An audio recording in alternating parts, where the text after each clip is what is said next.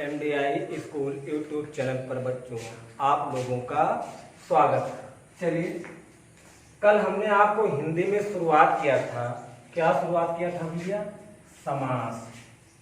तो कल हमने समास शुरुआत किया था और हमने आपको बताए थे कि समास के कितने भेद हैं? 6। समास का राजा किसे माना जाता है? बहुब्रीहि समास को।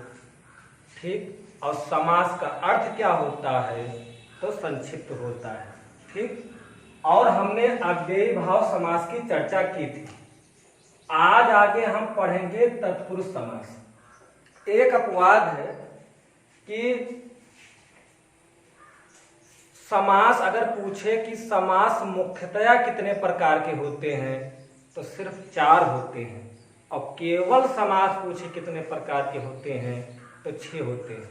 अब आपके मन में दुविधा होगी कि वो 4 से 6 समास कैसे बने, तो उसके लिए बढ़िया कहानी सुनिए, अभी आपको कंफर्म हो जाएगा कि समास 4 से 6 कैसे हुआ।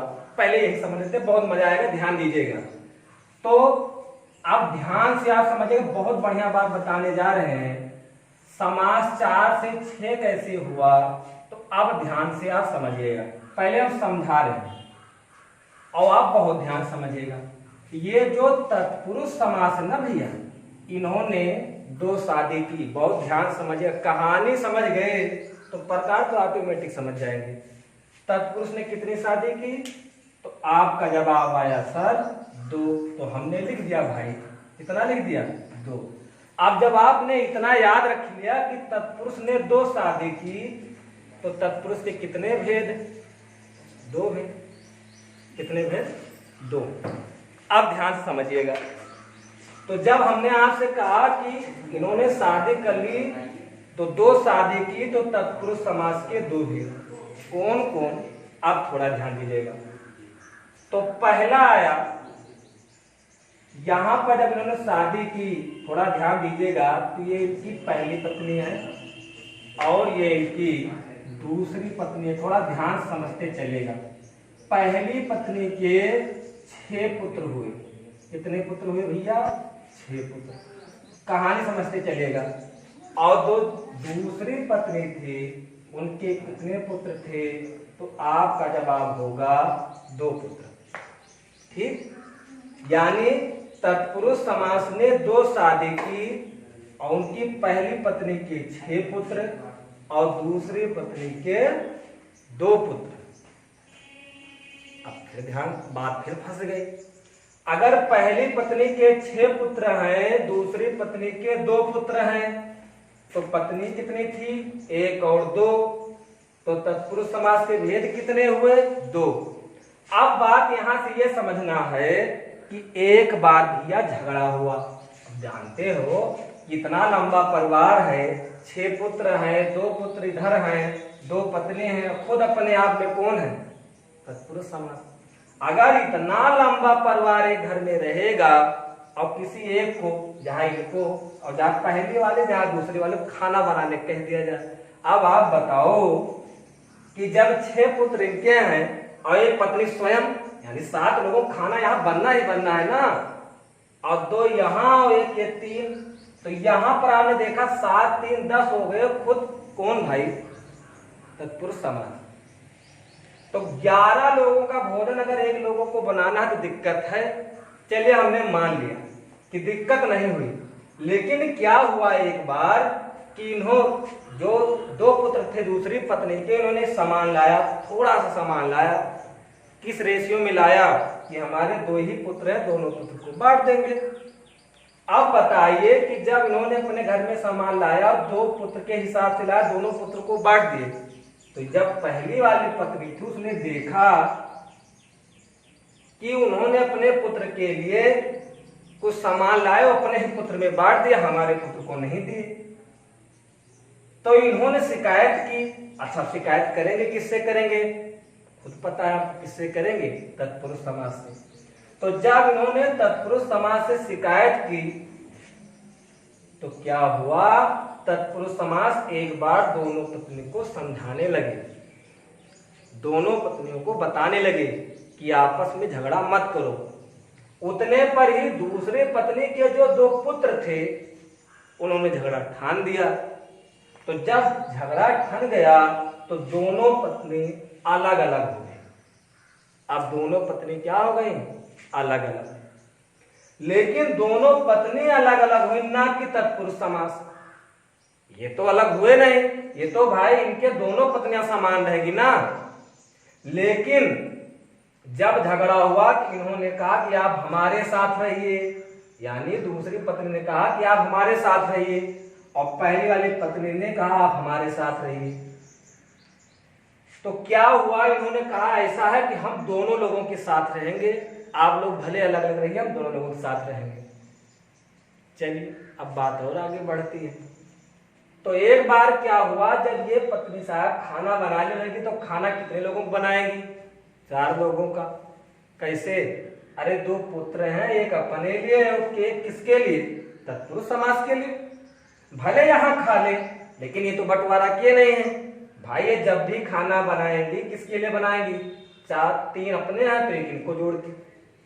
और ये जब खाना बनाएंगी तो 6 हैं और खुद एक साथ बनाएंगे किसके लिए? 8। खाना बन गया। एक दिन क्या हुआ कि यहाँ खाने चले आए, यहाँ नहीं आए। एक दिन यहाँ खाने चले आए, यहाँ नहीं। दोनों जगह तो खा नहीं सकते। तो दूसरे दिन जब यहाँ खाने चले आए, यहाँ नहीं आए, तो ये पत्नी गुस्सा हो गई, नाराज हो गई, अलग हो गई। और जैसे ही अलग हुई तो ये इनके जो 2 पुत्र थे, दोनों पुत्र का नाम जान लीजिए। पहले पुत्र का नाम था कर्मधारय समास। क्या था? कर्मधारय समास। कोई पूछे कि कर्मधारय समास किसका भेद है, जवाब क्या हुआ? तत्पुरुष समास। और एक पुत्र इनकी और थे, उस पुत्र का क्या नाम था? द्विगु समास। कल हमने जब समास 6 बताए थे उसमें इनकी चर्चा की थी। तो दूसरी पत्नी के 2 पुत्र हैं, कर्मधारय समास और कौन है? द्विगु समास। ठीक, ये अलग हो गई, ये पत्नी अलग हो गई, लेकिन अभी दोनों पुत्र क्या हैं? साथ में है। दोनों पुत्र साथ में है। यहाँ पर पहली पत्नी जो है उसके 6 पुत्र हैं, और 6 पुत्र हैं कौन कौन? तो ध्यान से देखिएगा। पहले पुत्र हैं कर्म, आगे जोड़ देंगे कर्म तत्पुरुष, इतना तो जोड़ ही लेंगे ना, कर्म तत्पुरुष। दूसरे जो आएंगे कारण तत्पुरुष। कौन आएंगे? करण तत्पुरुष। और तीसरा किसको कहेंगे? संप्रदान। संप्रदान तत्पुरुष हो जाएगा। और चौथे कौन आएंगे? अपादान। अपादान तत्पुरुष। और 5वें कौन आएगा? संबंध। संबंध तत्पुरुष हो जाएगा। और एक हो जाएगा अधिकरण तत्पुरुष। अधिकरण तत्पुरुष। सबके आगे तत्पुरुष रहेगा, घबराइएगा नहीं। तो बताओ, तो पहली पत्नी के कितने पुत्र हैं? 6 पुत्र हैं। ठीक, ये नहीं अलग हुए, अलग ये हुए। तो अब बताओ, जब ये दोनों लोग अलग हो गए तो कहीं इनके आगे तत्पुरुष लिखा है? नहीं लिखा है। लिखा है केवल कर्मधारय समास। और क्या लिखा है? द्विगु समास। लेकिन पहली पत्नी नहीं हटी, वो तत्पुरुष समास के साथ है। तो उनके बेटे का नाम किसके साथ जुड़ेगा? उनके पिताजी के साथ। और उनके पिताजी का क्या नाम है? तो नाम है तत्पुरुष समास। और पहले के जमाने में क्या होता था कि बेटा का नाम पिता के साथ जोड़कर बोला जाता था। तो जब 6 पुत्र हैं तो 6 के आगे क्या जुड़ा है? तत्पुरुष, अधिकरण तत्पुरुष, संबंध तत्पुरुष। तो क्या स्पष्ट होगा कि ये तत्पुरुष के ही भेद हैं, तत्पुरुष के ही बेटे हैं।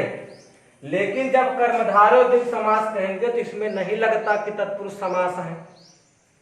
तो ये भी कर्मधारय द्विगु समास किसके हैं? तत्पुरुष। तो बताओ, पहले कितने थे? 4। अगर इन दोनों को मिला दो कितने हो जाएंगे? 6। अब मामला गड़बड़ा गया। दूसरी पत्नी गुस्सा हो गई, नाराज हो गई। तो कर्मधारय समास द्विगु समास अपने माता के साथ अलग हो गए। अब क्या होता है? इनका भी जब परिवार आगे बढ़ा द्विगु समास और कर्मधारय समास का, तो एक दिन कर्मधारय समास भाई सर्विस पे गए वहां से कुछ लाए अपने परिवार वाले के लिए और द्विगु समास को नहीं दिए।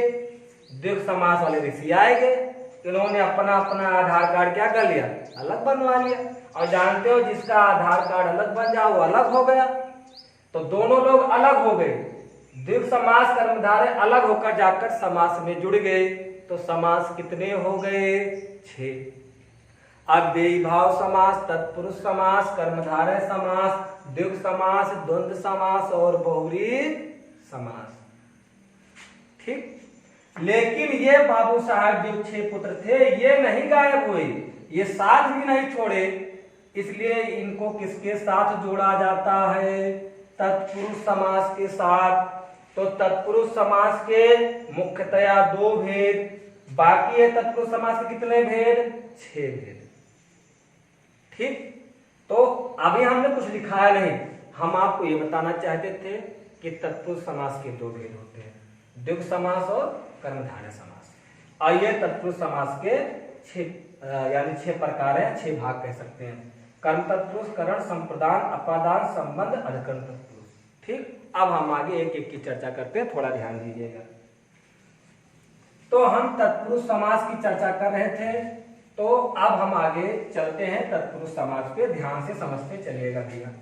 तो कहने का मतलब है कि तत्पुरुष समास के कितने भेद हैं, तो 2 थे। अब यहाँ पर जो तत्पुरुष से जुड़े उनको लिखेंगे, तो यहाँ तत्पुरुष के हो जाएंगे कितने, 6। तो कौन कौन, नंबर 1 हो जाएगा कर्म तत्पुरुष, क्या हो जाएगा, कर्म तत्पुरुष, यहां से नोट बनाना है। ठीक। कर्म तत्पुरुष। और दूसरा नंबर हो जाएगा, क्या हो जाएगा, करण तत्पुरुष। और तीसरा नंबर क्या हो जाएगा, चाहो तो अधिकरण लिख दीजिए, अधिकरण तत्पुरुष।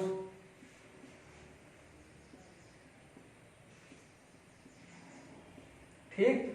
और चौथा नंबर क्या हो जाएगा, संप्रदान तत्पुरुष, संप्रदान तत्पुरुष। और 5वां नंबर हो जाएगा संबंध तत्पुरुष।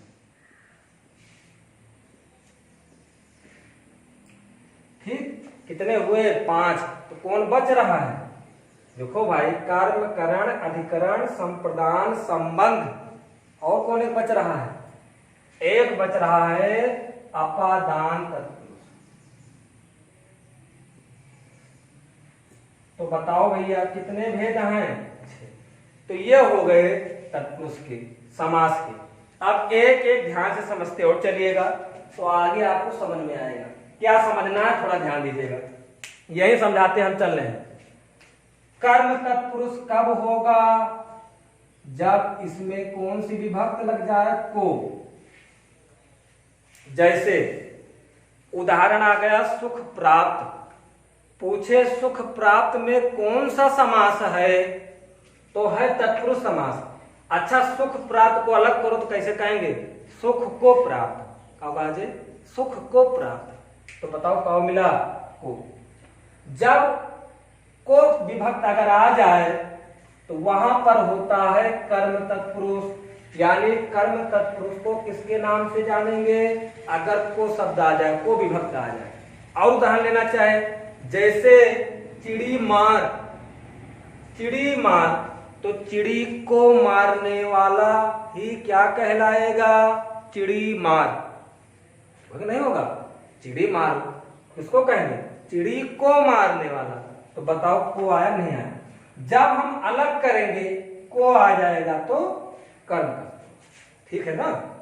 अब आगे देखो, करण तत्पुरुष कब होगा, जब से आ जाए, क्या आ जाए, से आ जाए। जैसे इसका भी उदाहरण, रस भरा, उदाहरण रस भरा। अलग करेंगे तो क्या कहेंगे, कहेंगे रस से भरा। तो जहां से आ जाए करण तत्पुरुष, जहां को आ जाए वहां कर्म तत्पुरुष। और देह चोर, तो देह चोर को क्या कहेंगे, देह से चोर। तो जहां से आ जाए मुंह मांगा, मुंह मांगम का हुए, मुंह से मांगा। अरे तो मुंह मांगा मतलब मुंह से मांगा, तो जहां से आ जाए वहां करण तत्पुरुष, जहां को आ जाए वहां कर्म तत्पुरुष। आगे चलते हैं। अधिकरण पे क्या होता है? में पर, अधिकरण तत्पुरुष पर जहां में आ जाए, जहां पर, में पर, जहां में पर रहता है वहां पर अधिकरण तत्पुरुष। और संप्रदान के लिए क्या होता है? के लिए, जहां के लिए आ जाए वहां संप्रदान तत्पुरुष। बोलो भाई उदाहरण कोई, जैसे गौशाला, क्या गौशाला। आप गौशाला के लिए क्या लिखेंगे भाई? गौ के लिए शाला, जिसमें गाय रहती हो, तो के लिए जहां आ जाए संप्रदान। जैसे स्नान घर, तो स्नान घर का जब अलग करेंगे तो क्या कहेंगे? स्नान के लिए घर। तो जहां के लिए आ जाए वहां संप्रदान तत्पुरुष।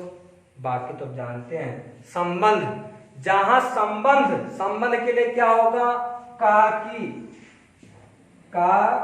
की, जहां का और की आ जाए वहां संबंध तत्पुरुष। और अपादान के लिए सिर्फ एक ही शब्द होगा, से का प्रयोग किया जाता है। से का मतलब अलगाव, से का मतलब अलगाव। जहां कोई चीज एक बार अलग हो जाने के बाद दोबारा ना जुड़े वहां पर होता है हमेशा अपादान तत्पुरुष। अगर ये हम पूरा विस्तार नहीं करें, विस्तार करेंगे तो घबरा जाएंगे, इसलिए इतना शॉर्टकट मगर ये याद रहेगा तो कभी तत्पुरुष समास के भेद गलत होंगे ही नहीं। फिर से समझो, तो कर्म तत्पुरुष को कैसे जानेंगे? जब समास का विग्रह करेंगे तो वहां पर अगर को विभक्ति दिखाई देगी तो उसे कहेंगे कर्म तत्पुरुष। कर्म तत्पुरुष किसके अंतर्गत आता है? तो कहेंगे आता है तत्पुरुष समास के अंतर्गत। कोई पूछे को से, में पर, के लिए, का, की से, ये सब क्या है? तो ये सब विभक्त हैं। क्या है? विभक्त हैं। अब करण तत्पुरुष, करण तत्पुरुष कब होगा? जब से आए। यहां भी से है, यहां भी से है। यहां से का मतलब अलगाव, जैसे वृक्ष से पत्ते गिरते हैं, पत्ते दोबारा वृक्ष में जुड़ने नहीं जाएंगे। राम ने रावण को धनुष से मारा, तो जो तीर मार दिया वो तीर वापस लौटकर नहीं आएंगे। अगर वापस आ जाए तो फिर से रावण जिंदा हो जाएगा।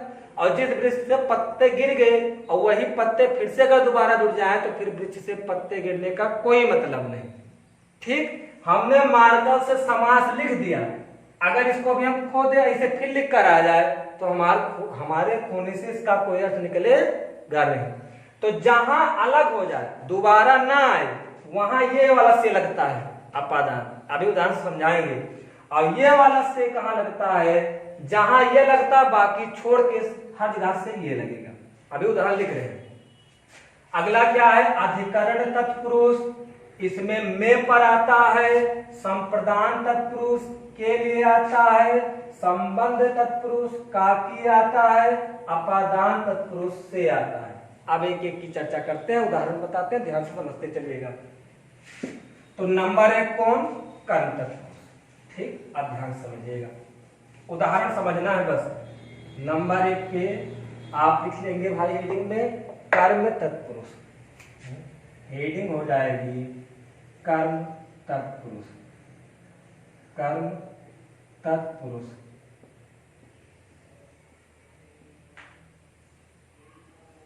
ठीक, अब कर्म तत्पुरुष में विभक्त क्या होती है? नोट्स बना लीजिएगा भैया, आराम से वीडियो रोक रोक बना लीजिएगा। अब ध्यान दीजिए, को जहां आएगा कर्म तत्पुरुष। अब ध्यान दीजिएगा, जैसे नंबर 1 हमने लिखा सुख प्राप्त। क्या लिखा भैया? सुख प्राप्त। अब हमने लिखा सुख प्राप्त, तो आप इसको अलग कर देंगे। क्या लिखेंगे? लिखेंगे सुख को प्राप्त, सुख को प्राप्त। तो क्या मिला? आप कहेंगे सर को मिल गया। तो खूब बढ़िया नोट्स बनवा रहे ना, ऐसे बना लोगे भूलोगे नहीं।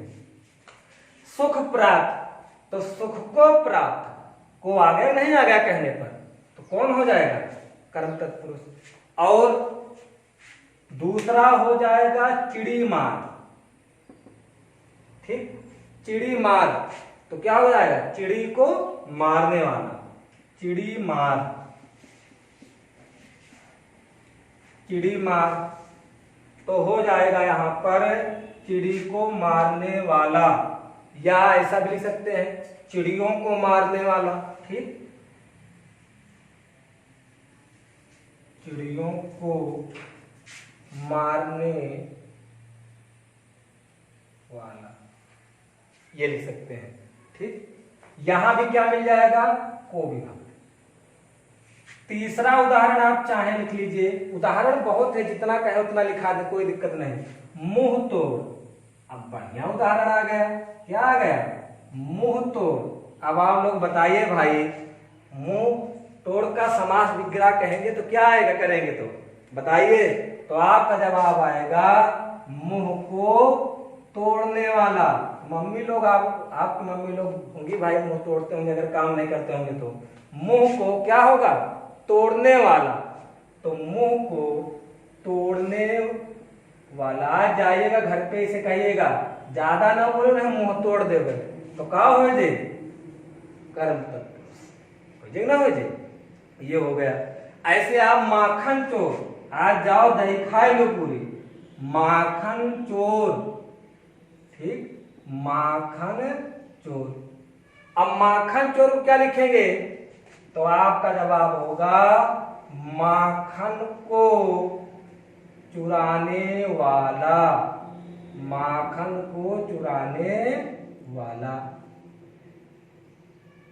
ये तो होगा। अब उम्मीद करते हैं ऐसे हो जाए कठफोरवा, कठ को फोड़ने वाला, ऐसे आप बहुत राग हैं। तो 4 हमने लिखा दिए महत्वपूर्ण। उम्मीद करते हैं कि कर्म तत्पुरुष कभी नहीं भूलेंगे। कोई भी उदाहरण दिया जाए उसको करके देखिए, घबराना नहीं भाई। सुख प्राप्त, कोई कहे और क्या लिख सकते हैं? तो लिखेंगे सुख को प्राप्त। चिड़ी मार, चिड़ी को मारने वाला। मुंह तोड़, तो मुंह को तोड़ने वाला। माखन चोर, तो माखन को चुराने वाला। तो क्लियर हुआ कर्म तत्पुरुष। ठीक, तो यहां तक आज हमने आपको पढ़ाया कर्म तत्पुरुष। इसकी अगली वीडियो में हम करण तत्पुरुष से शुरू करेंगे। आप नोट्स बढ़िया बनाते चलिए, अच्छे तरीके से बढ़िया तैयारी करते हुए चलिए। ठीक, बहुत बहुत धन्यवाद।